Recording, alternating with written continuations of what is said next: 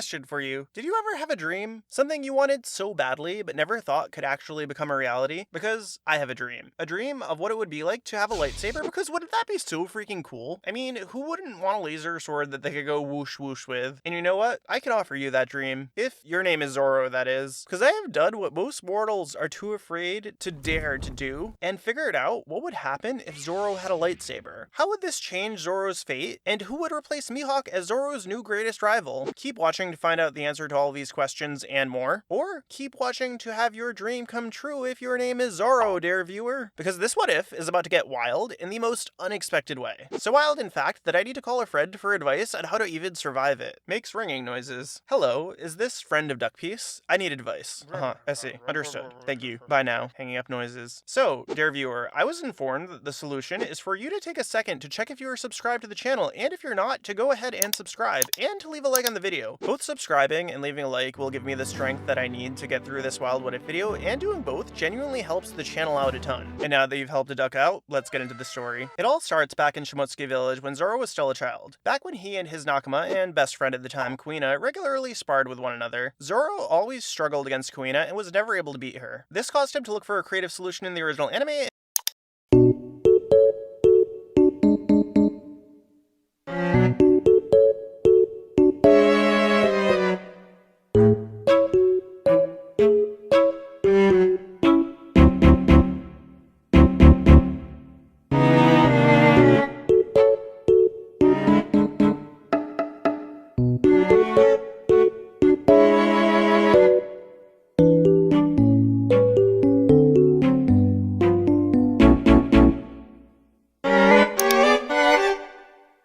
To him trying out two-sword style against her. He still lost, but this strategy eventually blossomed into his iconic three-sword style, which we all know will one day turn into the inevitable four-sword style. But let's imagine what would have happened if Zoro went with the quality over quantity approach instead, and went looking for a single weapon that could give him an upper hand against Kuina. So naturally, where does one go when looking for something or someone single? They go to a speed dating event. Fortunately, Shimotsuki Village, which is known for its range of well-crafted blades, just so happens to have a blade speed dating event that very evening. So young Zoro attends in hopes of finding a weapon strong enough to beat Kuina. Upon arriving, he learns that he will be matched with 3 blades that he will go on 3 separate speed dates with, and at the end of the night, he will have to choose one to go home with. The first blade he meets is a standard katana. Zoro isn't too impressed though, because he's seen plenty of blades like that in his day, and it just doesn't have that it factor, you know? Now the second blade he meets is a vampire hunter, who seems to be confused about the purpose of the event. But Zoro can't imagine any situation where it'd be useful to wield a person as a blade, and instantly passes. After all, what serious swordsman would ever do something like that? Oh, right, Zoro did in the canon One Piece timeline. Anyway, it's time for Zoro to meet the third and final bachelor, and no, I'm not talking about the college degree type. And when he does, let me tell you, it's one of those love at first sight moments that you hear about in fairy tales. As soon as our lovable Mosshead sees the shiny hilt of the lightsaber sitting across from him, he knows he found the one. And I know that might not sound especially impressive at first, but trust me, it is, because Zoro is really bad at finding things due to his terrible sense of direction. Which, by the way, dear viewer, if you're curious about what would have happened in One Piece if Zoro actually had a good sense of direction, I made a video on it, so go check it out after you get to the end of this video. But back to the story, Zoro takes his new lightsaber to Kuina to challenge her once more. He's really optimistic about his chances because he could just tell the lightsaber is brimming with power. He challenges Kuina to a duel on the cliffside on the high ground, which is the most appropriate place to have a lightsaber duel, by the way. She accepts, and tension rises as they both prepare for an intense battle. But once the fight begins, Zoro immediately realizes that he made a terrible mistake. He doesn't actually know how to turn the lightsaber on. There is a button for it, but Zoro is notoriously not good at finding things, so he can't seem to find the power button. So he kind of just chaotically swings the lightsaber handle around like a battle-ready shake weight. This causes Kuina to laugh at Zoro so hard that she can't control herself, and she stumbles off the cliff, falling to her doom. After all, she's known to be clumsy because she fell down the stairs to her also doom in the canon One Piece timeline. Zoro's Nakama, Kuina, screams as she falls off the cliff. This catches the attention of passing members of the Shimotsuki village who look over to see Zoro standing before a cliff with a lightsaber, and notably, no Kuina. These villagers instinctively blame Zoro for the unaliving of Kuina. Zoro, still a child and lacking the iron will and honor that he would develop later on in life in the canon One Piece timeline, skedaddles from the village to escape accountability and goes on the run. However, word of what happened eventually gets to the the Marines, earning Zoro his first ever bounty of 501,000 berry, and his ironic pirate epithet as the Lightsaber Master. This all leads to Zoro spending years of his life on the run, embracing more of a fugitive lifestyle. He never meets the Straw Hats or develops an affinity for using multiple blades at once, but he does still grow in infamy as the Lightsaber Master. You see, although Zoro never quite figures out how to turn on the lightsaber successfully, his struggles with using it have thwarted the existences of many rivals he'd come across over the years, similar to what happened to his Nakama Kuina. Since nobody who ever faced Zoro survived the laugh attack that follows seeing him try to turn on his lightsaber, his legend only grows to outsiders who assume he is a true lightsaber master. This eventually earns him a bounty as high as 501 million berry. And one day, many years later, Zoro is minding his own business at a bar, getting drunk as you'd expect your friendly neighborhood mosshead to do from time to time, and that's when he's confronted by a mysterious figure in a strange helmet with a robot-like voice. The figure tells Zoro that they're there to end his aliveness, and they proceed to pull out their very own lightsaber, one that glows violently red. Zoro is shocked because he's never encountered another lightsaber wielder. How did this person get one of their own? Why are they attacking Zoro? And who the heck are they? Before he has the time to think through the answers to these questions, the figure swings their lightsaber at Zoro with a flurry of powerful strikes, each making a whoosh whoosh noise. Zoro dodges each strike as he fiddles with his lightsaber, trying to find that elusive darn power button. Unfortunately, Zoro is unable to do so because of how senseless his sense of direction truly is, and he gets cornered by his attacker. Normally, whoever Zoro fights would succumb to laughter and meet some sort of silly accidental end because of how unexpected it is for the famed lightsaber master to not know how to use his lightsaber, but this time is different. For some reason, this person wasn't surprised by Zoro's inability to use his weapon and his inability to go all whoosh whoosh with it. So Zoro bluntly asks his attacker who they are and if they've somehow met before. The attacker stops and just stares at Zoro, just standing and staring for what feels like an eternity, with the sound of the figure's heavy breathing only increasing the tension further. When the figure finally speaks, they say something that shatters Zoro's reality. The figure says, "Zoro, I am your Nakama."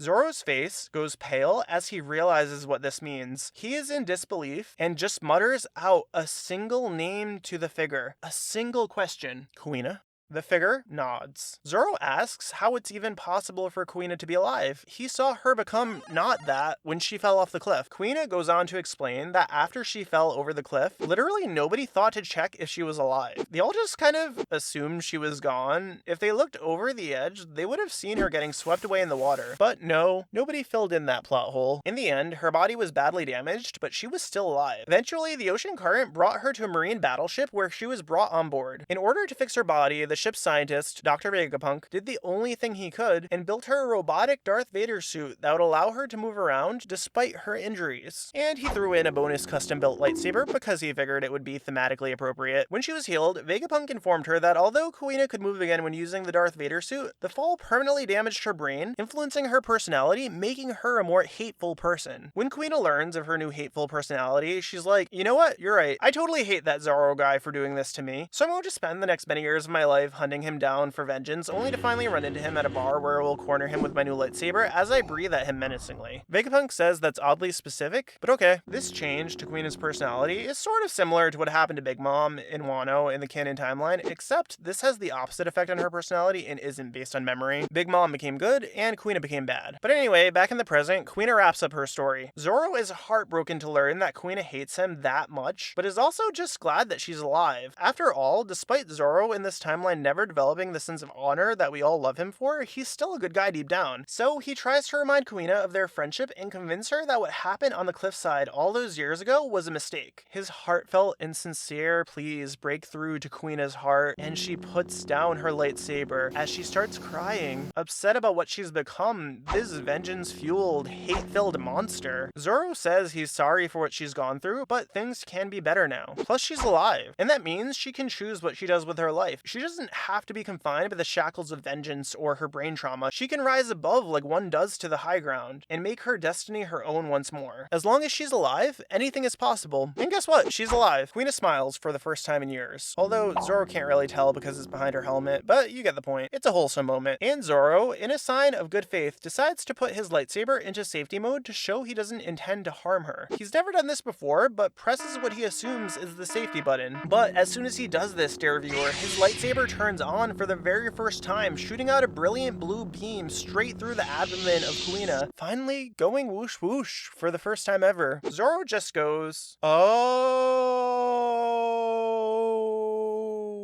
my bad. And yeah, Zoro may have made a mistake, but do you know what's never a mistake? Subscribing to the channel and dropping a like on this video. So please subscribe and like the video. Doing both seriously helps the channel out a lot, and videos I post that don't get a lot of likes get totally buried by the YouTube algorithm. So I'd really appreciate the help, thank you. But speaking of the YouTube algorithm, I set it up so that the video on the left side of your screen right now is the one that YouTube's algorithm personally calculated you'd really love based on your watching history. So click on it, or you can click on the video on the right side of the screen to check out what would happen if Zoro had a devil fruit and finally had a good sense of direction. The story goes to some really interesting places, so I highly recommend it. Just like I recommend myself skedaddling right about now, so DuckPiece out.